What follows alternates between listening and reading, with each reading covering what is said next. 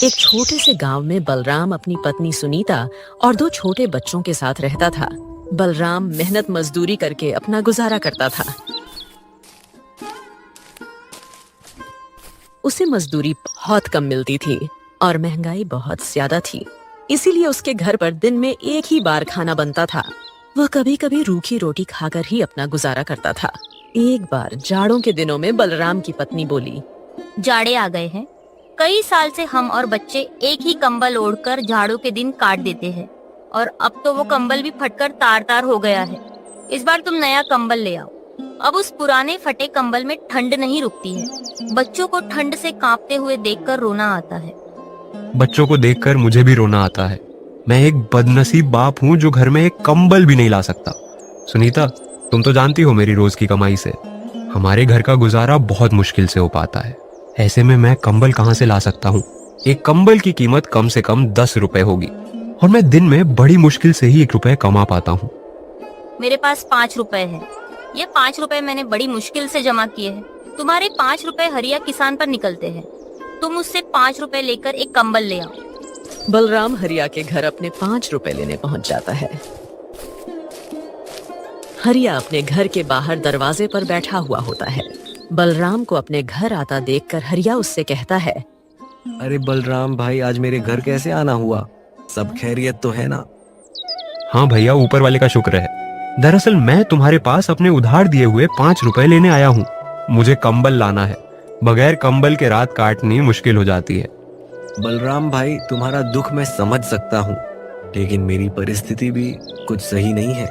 इस समय घर में एक पैसा भी मौजूद नहीं है।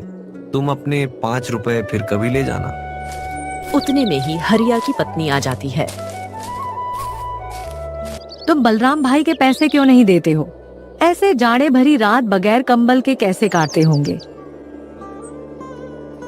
बलराम भाई, मेरे पास यह 3 रुपए हैं, तुम इन्हें ले लो। बचे हुए 2 रुपए हम तुम्हें बाद में दे देंगे। बलराम 8 रुपए लेकर बनिया की दुकान पर कंबल लेने जाता है। बनिया बलराम को बहुत सारे कंबल दिखाता है, लेकिन कोई भी कंबल 10 रुपए से कम नहीं होता। सेठ जी, मेरे पास केवल 8 रुपए है। आप मुझे कोई सस्ता सा कंबल दिखा दो। अरे भाई, 10 रुपए से नीचे कोई कंबल नहीं है। सेठ जी, तुम मुझे यह 10 रुपए वाला कंबल दे दो। मैं तुम्हें 2 रुपए 2-4 दिन में दे दूंगा। हम ऐसे कंगालों को उधार नहीं देते। कौन पीछे पीछे फिरे? जाओ अपनी राह देखो। 1 घंटा खराब करवा दिया मेरा। जेब में 1 रुपये ली है और कंबल लेने चला है 10 रुपए वाला। बेचारा बलराम सेठ की बात सुनकर निराश होकर घर की ओर निकल जाता है। रास्ते में वह सोचने लगता है, कितनी हैरानी की बात है। मैं सारे दिन काम करता हूँ, उस पर भी घर में कोई आराम का साधन नहीं है। गर्मियों में गर्मी से परेशान रहते हैं और जाड़े में ठंड से परेशान रहते हैं, और ना ही कभी पेट भर खाना मिल पाता है। ऐसी जिंदगी जीने से क्या फायदा जब मैं अपने बच्चों को सुख नहीं दे सकता।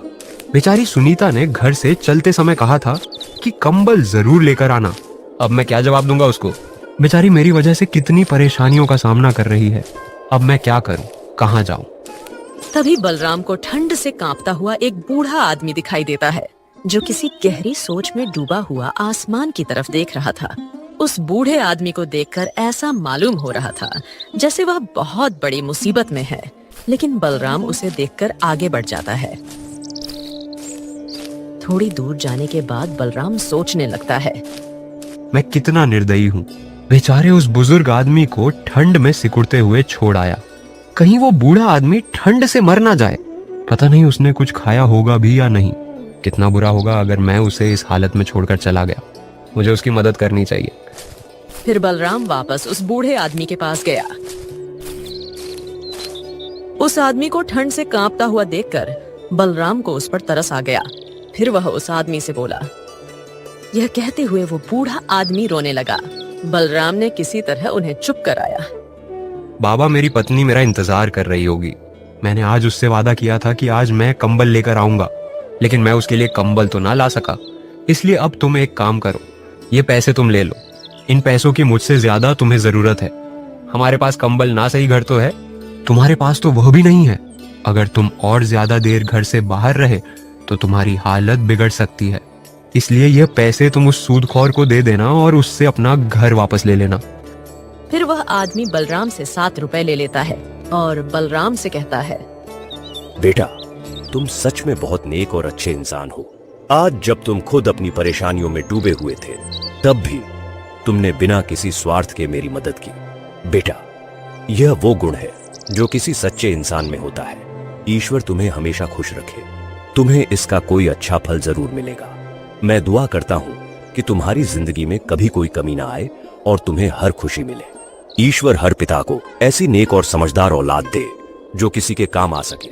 तुम जैसी औलाद किसी भी बाप के लिए बड़े ही गर्व की बात होती है। वो बुजुर्ग आदमी बलराम को बहुत दुआ देता है और फिर वहां से चला जाता है। बलराम को उस बुजुर्ग आदमी की मदद करके आज बहुत खुशी मिल रही थी, लेकिन दूसरी ओर उसे दुख भी था, क्योंकि वह अपनी पत्नी के लिए कंबल नहीं ला सका। लेकिन उसे इस बात की तसल्ली भी थी कि उसने खुद की गरीबी के बावजूद एक नेकी का काम किया है। यह सोचते सोचते बलराम भी अपने घर चला जाता है। जैसे ही उसकी पत्नी बलराम को देखती है तो वह उससे कहती है, मैं कब से तुम्हारा इंतजार कर रही थी। तुम्हारी राह देखते देखते मेरी आंखें दुख गई। दिल में अजीब अजीब ख्यालात आ रहे थे कि कहीं कोई अनहोनी ना हो गई हो। सुनीता, तुम भी जरा जरा सी बातों की चिंता करने लगती हो। अरे, जब आदमी घर से बाहर होता है तो समय लग ही जाता है। मैं हरिया के पास गया था पैसे लेने, लेकिन उसने पैसे देने से इनकार कर दिया। पर उसकी पत्नी ने हमारी मजबूरी देखकर 3 रुपए दे दिए थे। बस 3 रुपए ही दिए हैं। तुम पूरे 5 रुपए लेकर क्यों नहीं आए? जब उधार लेने आया था तब तो बड़ा भला बन रहा था वो, और जब पैसे लौटाने का वक्त आया तो आनाकानी कर रहा है। तुम 10 बार उसके घर पैसे लेने चले गए, तब जाकर उसने तुम्हें 3 रुपए दिए हैं। अब ना जाने 2 रुपए कब देगा। और कंबल का क्या हुआ? सुनीता, मैं कंबल लेने गया था, लेकिन कोई भी कंबल 10 रुपए से कम नहीं था। मैंने बनिए से 2 रुपए उधार करने के लिए भी कहा, लेकिन उसने उधार देने से साफ इनकार कर दिया। आज के जमाने में कोई किसी को बिना कुछ फायदे के कोई चीज नहीं देता। अगर तुम उससे ब्याज पर 2 रुपए की उधारी करते तो वह तुरंत दे देता। लेकिन तुमने सही किया जो कंबल नहीं लाए। 2 रुपए की तो बात है, 10 से 5 दिन में इकट्ठे हो जाएंगे।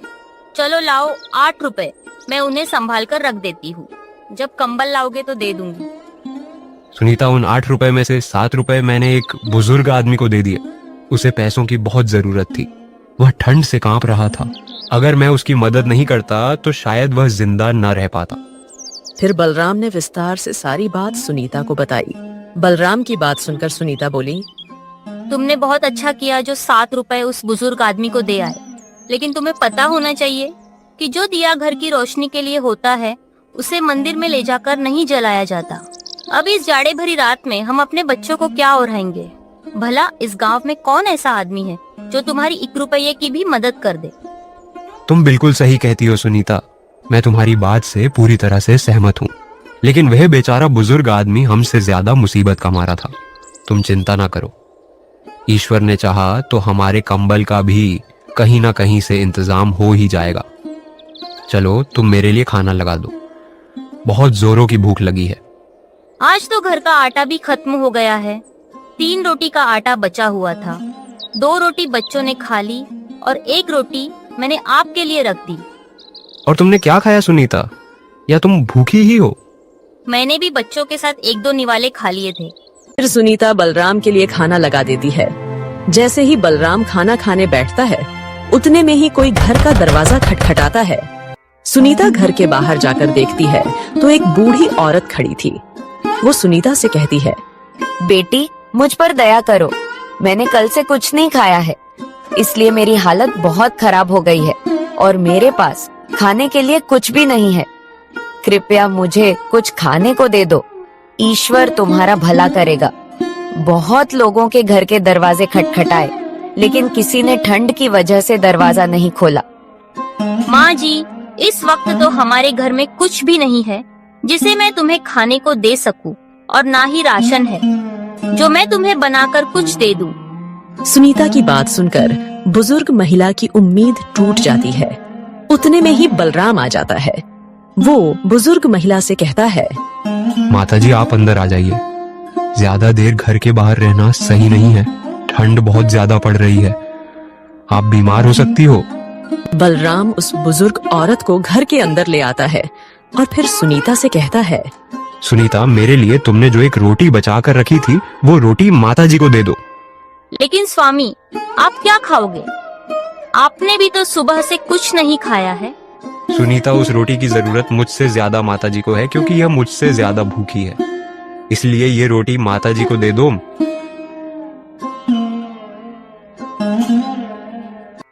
फिर सुनीता ने वो रोटी बुजुर्ग औरत को दे दी। बूढ़ी औरत बहुत भूखी थी, इसलिए उसने वो रोटी तुरंत खा ली।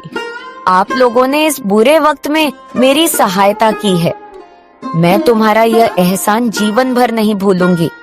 वो बूढ़ी औरत बलराम और सुनीता को दुआएं देती हुई चली जाती है।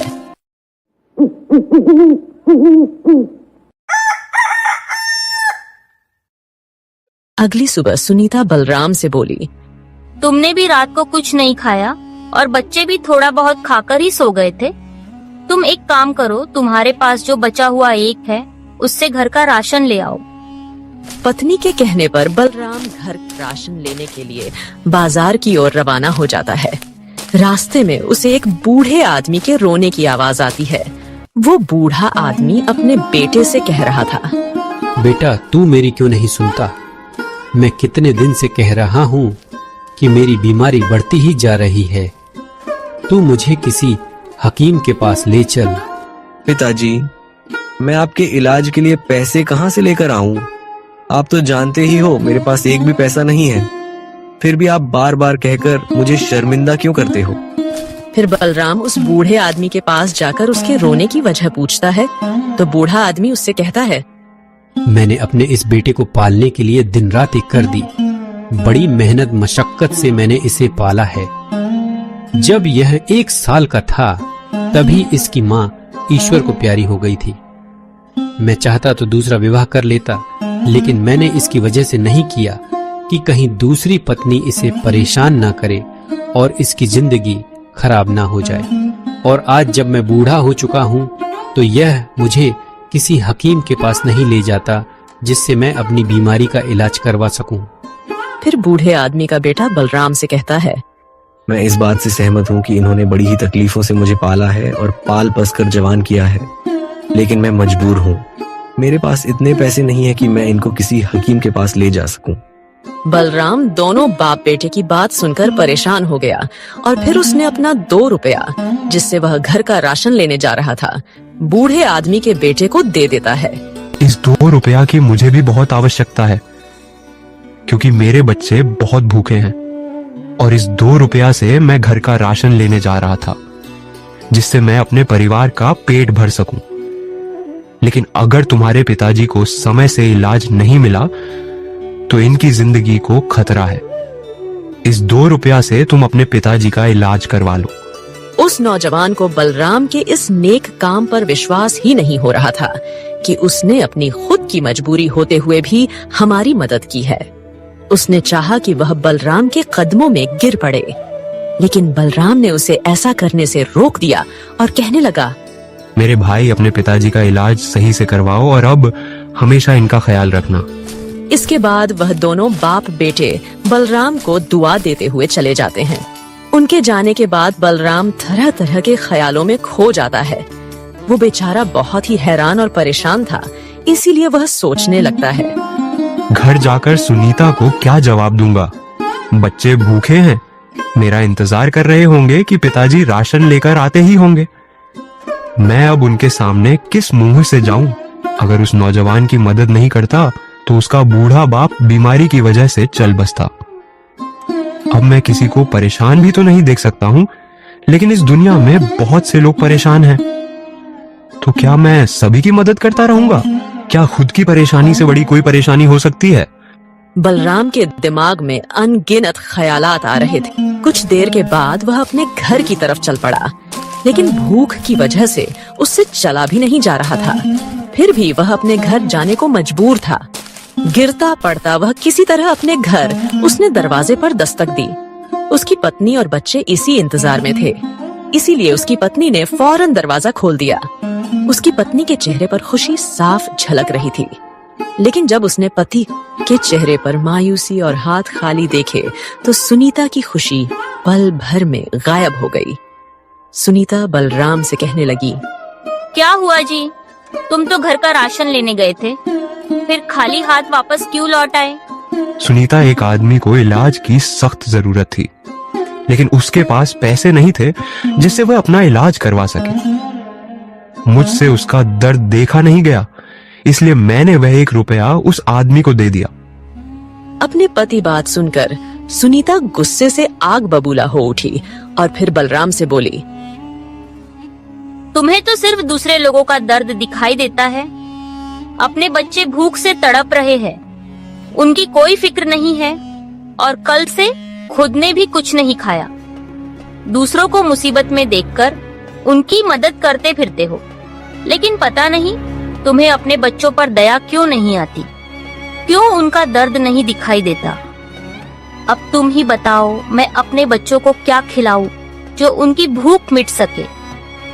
अब मेरे बच्चों में ज्यादा देर तक भूख बर्दाश्त करने की हिम्मत नहीं है। अब तो लगता है भूख के मारे इनकी जान ही निकल जाएगी। सुनीता, ऐसा मत कहो, जो चीज जिसके नसीब में होती है वो उसी को मिलती है। वो बेचारा बूढ़ा आदमी बहुत मजबूर और लाचार था। अगर तुम भी उस बूढ़े आदमी की फरियाद सुनती तो तुम भी वही करती जो मैंने किया। सुनीता, तुम विश्वास रखो, ईश्वर हमारे लिए भी कोई रास्ता जरूर निकालेगा। बलराम की बात सुनकर सुनीता का गुस्सा शांत हो गया। फिर वह बलराम से बोली, तुम एक काम करो, मेरी यह सोने की अंगूठी साहूकार के पास गिरवी रखकर कुछ पैसे ले आओ। जब हमारे पास पैसे हो जाएंगे तो हम साहूकार से अंगूठी वापस ले लेंगे। फिर बलराम ने अपनी पत्नी से अंगूठी ले ली।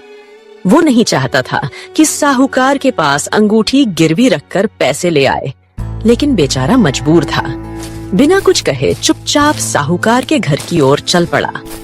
बलराम को अपने घर देखकर साहूकार बोला, अरे बलराम, बताओ कैसे आना हुआ तुम्हारा यहाँ? साहूकार जी, मुझे कुछ पैसों की जरूरत है। थोड़े बहुत दिन में मैं आपके पैसे लौटा दूंगा। बलराम, पैसे तो मैं तुझे दे दूंगा, लेकिन तुम्हें पैसों के बदले कुछ गिरवी रखना होगा। मैं तुम्हें पैसे दे सकता हूँ और जब तुम ब्याज के साथ मेरे पैसे लौटा दोगे तो मैं तुम्हारी गिरवी रखी चीज वापस कर दूंगा।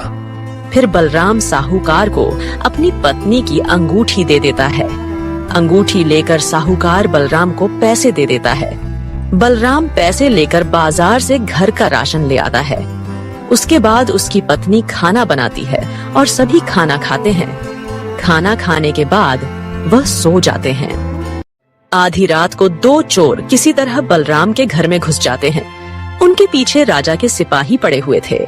उनसे बचने के लिए ही वह बलराम के घर में घुस जाते हैं। उनके पास बहुत सारे सोने के सिक्के थे। तुम तो कह रहे थे कि तुम छोटी मोटी चोरी करते हो। तुम्हारे चक्कर में मेरी जान भी खतरे में है। अगर सिपाहियों ने हमें पकड़ लिया तो राजा हमें जिंदा नहीं छोड़ेगा। मैं तो कह दूंगा कि तुमने ही मुझे चोरी करने के लिए कहा था। मेरी पत्नी हमेशा मना करती रही कि मैं तुम्हारे साथ ना रहूं, लेकिन मैंने उसकी एक ना सुनी और आज मैं इस मुसीबत में फंस गया। क्या? मैंने कहा था तुम्हें चोरी करने के लिए। अरे तुम ही रोज मुझसे कहा करते थे मुझे अपने साथ ले चलो। आज पहली बार तुम्हारी वजह से यह मुसीबत खड़ी हुई है, वरना आज तक मुझ पर किसी को शक नहीं हुआ है। भाई, मैं तुम्हारे हाथ जोड़ता हूं, किसी भी तरीके से इस परेशानी से निकलने का कोई रास्ता सोचो। मैं मरना नहीं चाहता। मेरे बच्चे मेरा इंतजार कर रहे होंगे। एक काम करते हैं, इस सोने के सिक्कों की थैली यहीं छोड़ चलते हैं। इसी में हमारी भलाई है। अगर जिंदा रहे तो पैसे और कमा लेंगे, अगर पकड़े गए तो खैर नहीं। फिर वह दोनों चोर सोने के सिक्कों से भरी थैली बलराम के घर में ही छोड़कर चले जाते हैं।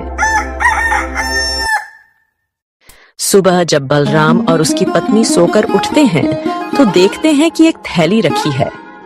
बलराम ने जब वो थैली खोली तो सोने के सिक्के देखकर उसके होश उड़ गए। लगता है यह सब ईश्वर की मेहरबानी है उन्होंने ही हमारी परेशानी देखकर यह सिक्के हमारे घर में रखे हैं। सुनीता, मैं ना कहता था कि एक दिन ईश्वर हमारी परेशानी जरूर दूर करेंगे। उन सोने के सिक्कों को पाकर बलराम कुछ ही दिनों में बहुत मालदार हो जाता है। उसके बाद वह अपने लिए एक अच्छा सा मकान बनवाता है